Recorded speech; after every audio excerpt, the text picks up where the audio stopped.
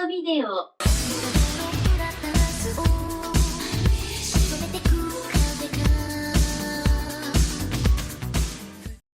Hit it, Watanabe.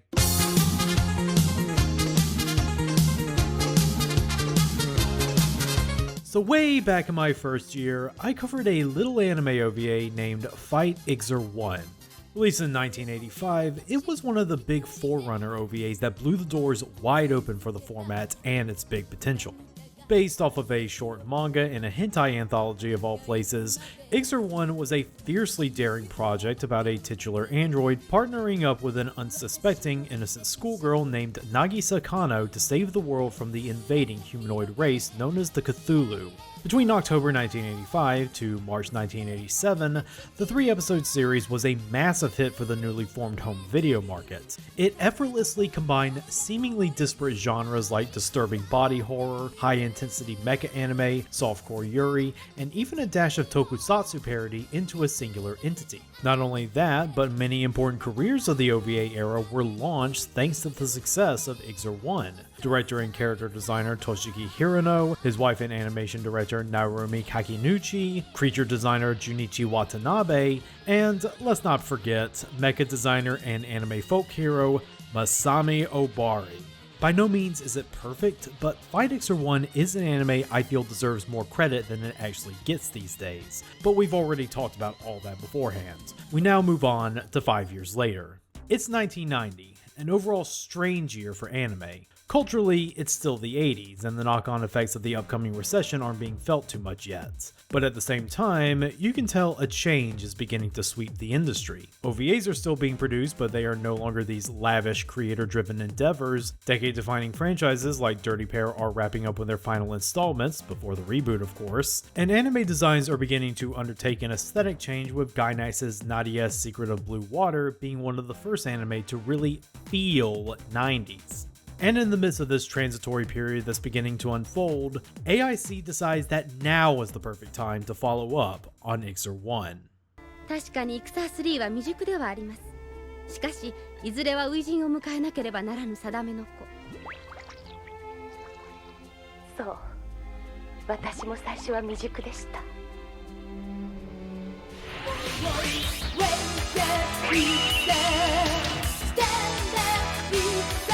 So if you needed a little refresher, here it is.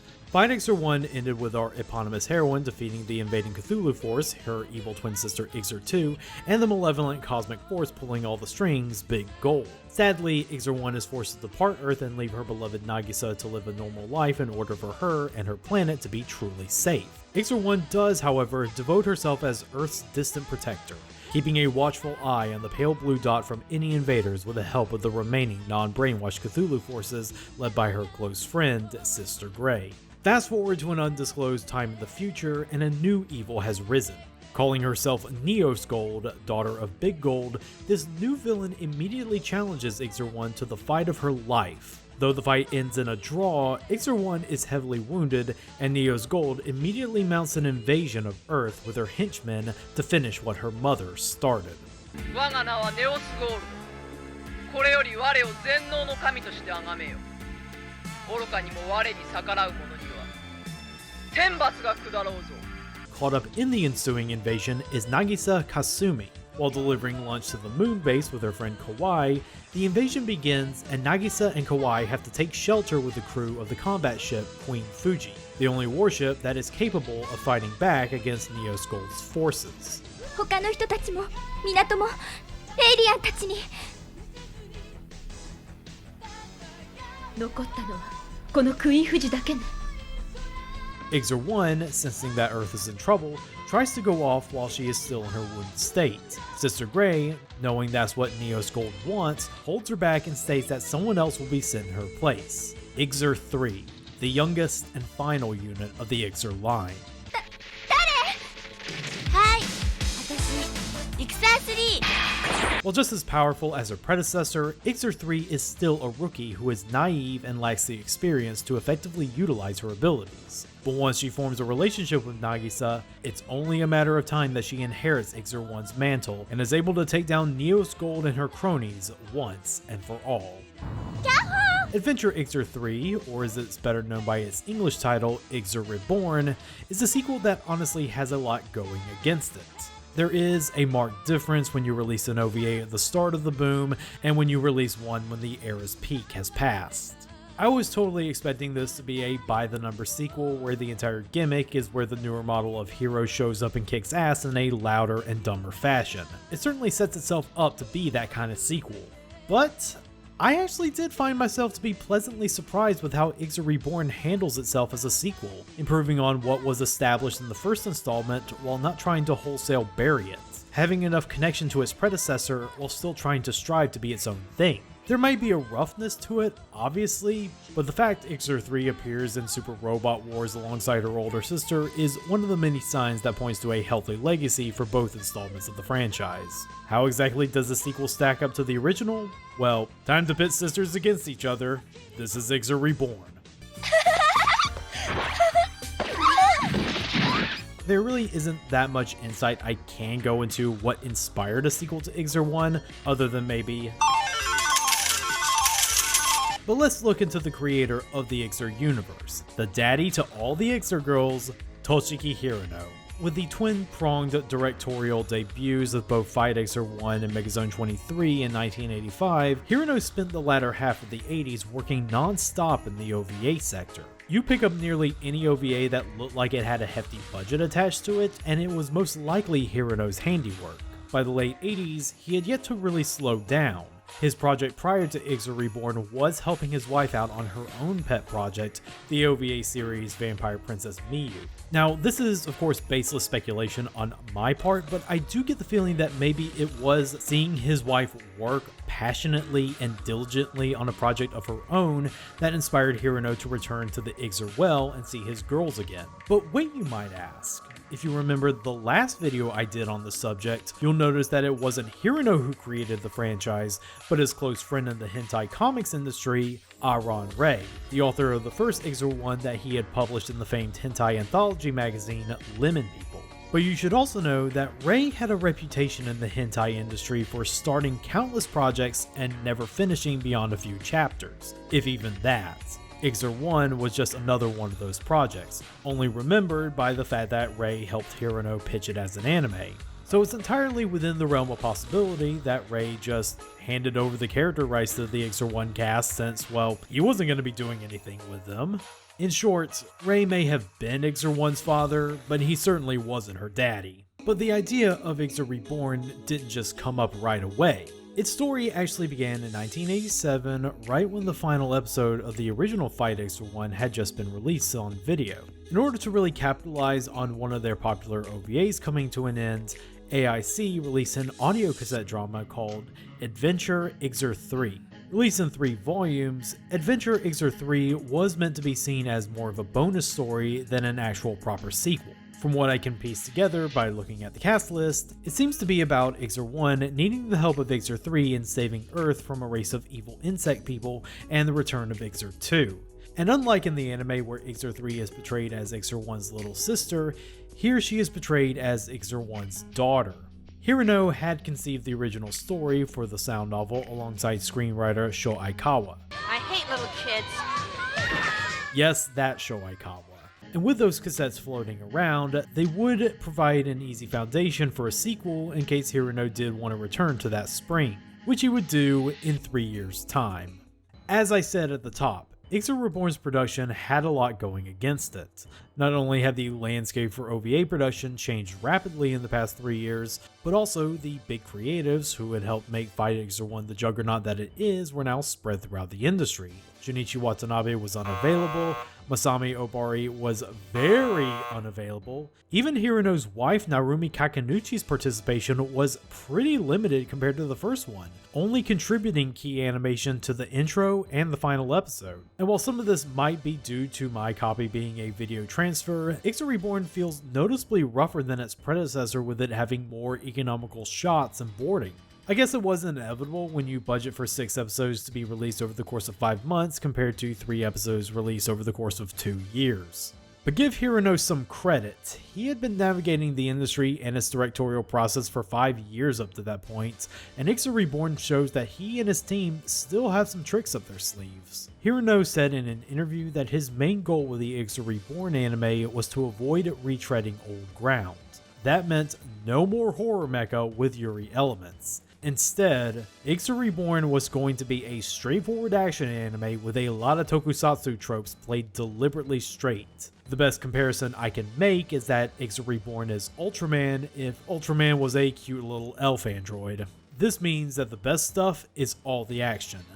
All the best parts of this anime is in its fight scenes that Iczer 3 has with the bad guys, whether they be Neos Gold, Neos Gold's own 4 Heavenly Kings, Iczer 3's own evil clone Atros, and a newly resurrected Iczer 2. Hirano did say that avoiding retreading old ground was difficult, and sometimes he can't help himself. I thought you were dead. I was! Hirano and his squadron of directors are pulling out all the stops to make the action in this anime the top priority. The choreography of the fights are ballet routines of mass destruction, with heroes and villains going from sky to ground, using their strongest attacks to gain an edge on one another. Something that's helped out by the dazzling destructive animation effects by artists like Yasushi Muraki and Atsuhi Takeuchi. One flaw I will say about the action, and I think this goes back to Hirano's attempt to try something different, is that the mecha elements are rarely applied. Iczer 3 and Nagisa only get to pilot a robot twice in this anime, and one of them is in the final episode. I guess that's what the lack of Obari gets ya. As for voice acting, most of the cast returns, and their performances are still in top-notch condition. Yuriko Yamamoto is still the stoic yet warm Iczer One. あの子はクトゥルフ全ての、いえ、宇宙全体の希望なのです。 Yuri Shiratori is still the fragile yet kind-hearted Nagisa. じゃあ私もありがとうイクサー3。ネオスをやっつけたら地球の素敵なところをいっぱい案内してあげる。わー And KYOTO is still the stone-cold bitch that is Iczer 2. ここがお前の墓場だ。Iczer One! As for newcomers, my fave has got to be Atsuko Takahata as Neos Gold. Her voice is dripping with merciless cruelty, selling you on her being this being who holds all life in contempt and would just love to crush existence beneath her heel. 面白いではないか。イクサー3とはイクサー1が来るまで良い暇つぶしができそうだ。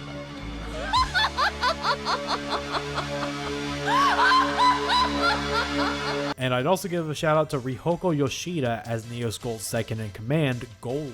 She gives that perfect contralto performance for an arrogant henchwoman with everything to prove to their boss. Especially impressive since she was best known for playing Go Nagai cuties only 15 years ago.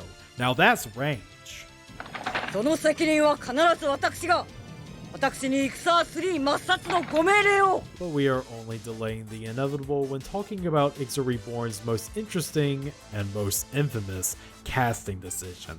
I'm talking about the role of Iczer 3. For the original sound novel, Iczer 3 was voiced by Miyuki Kuroi, so Hirano must have had her still in mind when he was casting the anime. However, producer Polydor KK wanted Cutie Suzuki, a then popular babyface female wrestler, to voice Iczer 3, showing the world that even the anime industry is not immune to celebrity stunt casting.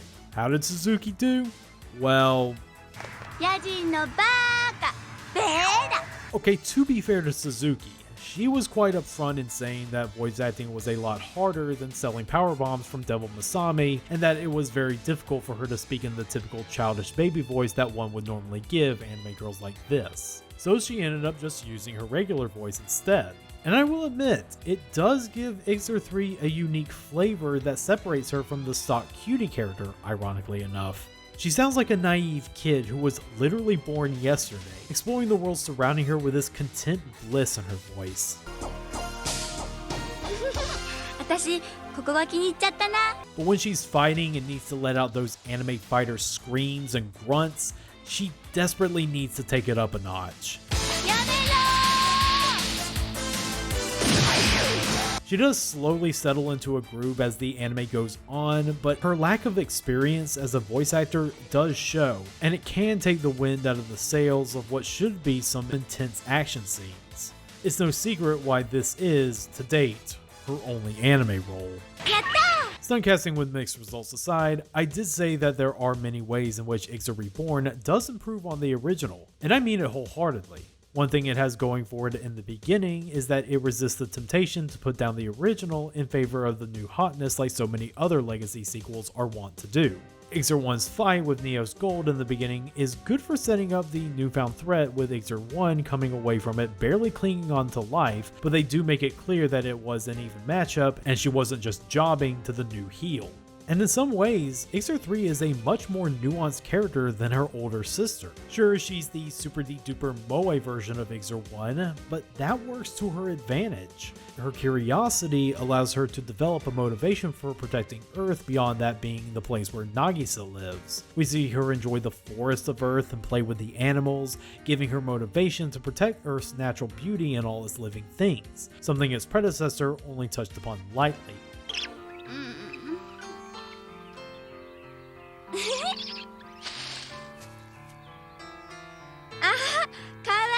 私、Iczer 3! Iczer 3's childishness also works in giving her a flaw that forms into a character arc. Iczer 1's hyper-competence doesn't really leave her much to grow in the first anime. Iczer 3, on the other hand, is Iczer 1 as an inexperienced child. As I said before, she has all her strength, but none of the discipline to really properly use it. This leads to an event in the second episode where she summons her own giant mecha with Nagisa acting as her naked co-pilot / battery, but Iczer 3 is so focused on Neos Gold showing up out of nowhere that she fights well beyond her parameters and nearly gets Nagisa killed by expending too much energy. This causes her to have an arc where she learns that in order to properly be a protector of Earth, she needs to have empathy for other people and their needs, and it's not just about having fun fighting. どうして止めるの？渚。だってその人とても悲しそうよ。きっとそのモンスターを心から愛してたんだわ。でもその人にもう戦う力なんて残ってないのよ。わかったよ、渚。許してやる。Speaking of Nagisa, she's also an improved character here. Whereas in the original, she was such a helpless damsel that the anime staff joked about it in supplementary material, Nagisa here feels far more proactive. This is mostly done through having her relationship with Iczer 3 be less romantic and more like a caretaker looking out for a young charge. She doesn't know why she feels compelled to protect Iczer 3. Spoiler alert, is because she's the granddaughter of the original Nagisa and this has given her a psychic link to all the Iczer units. But it's that trust and want to protect that allows not only their partnership to build, but also gets the rest of the Queen Fuji crew on board with seeing this strange, powerful girl from outer space as an ally. この子は私たち以上の力を持ってる。でも、優しい。いい子なんです。ドブさんもそう言ったじゃないですか。And Neos Gold is leagues better than her mother. Big Gold did a good job as the mysterious, creepy puppet master, manipulating everything behind the scenes. But Neos Gold is far more active in her villainy. On top of having a gnarly design befitting an evil alien empress, being H.R. Geiger's Yellow Diamonds, she is unafraid to do her own dirty work. You honestly think she's just gonna let her 4 heavenly queens do everything while she queen barrels her way through the invasion on her throne? But no! このイクセリオはお前たちイクサーの力の源だったな。我々が存分に利用させてもらおうか。And speaking of henchmen, with how she treats them, Neos Gold has probably got to be one of the worst bosses to work for outside of Twitter HQ. お許しを。詫びは聞き入れた、ファイバー。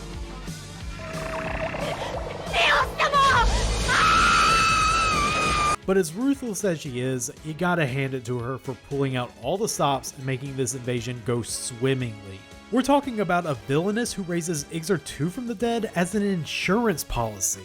Iczer 3 also has her own Iczer 2 with her evil clone Atros that Neos Gold has created, but Iczer Reborn adds a nice twist on her by having her maintain all of Iczer 3's qualities, and that includes her attachment and want to protect Nagisa.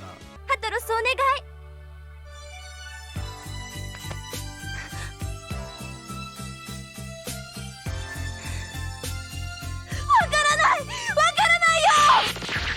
Even an underwritten character like Iczer 2 is given some depth by the ends, what with her turning into Iczer 1's own Vegeta. 私は二度も妹の命を奪いたくありません。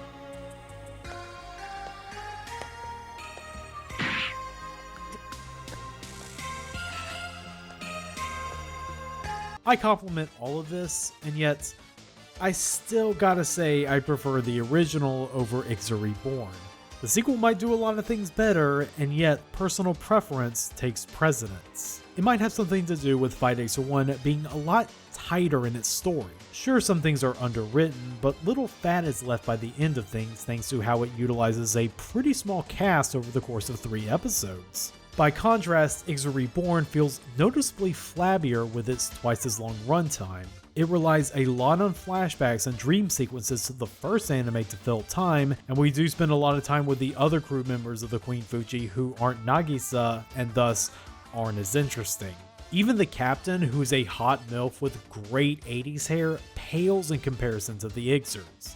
But regardless of my own opinion, Iczer Reborn does what it sets out to when making a proper sequel. While it may lack the leanness and atmospheric qualities of its older sister anime, it makes up for it by having some quality anime action while adding some level of depth to its characters, both old and new. In returning to the Iczer franchise, Hoshino wanted to bring it back while keeping it fresh and different enough to stand on its own. That was a goal he met, and it made the Iczer franchise feel reborn with Iczer Reborn. As for maintaining that freshness, well, that's a whole nother video, my friends. A whole nother video.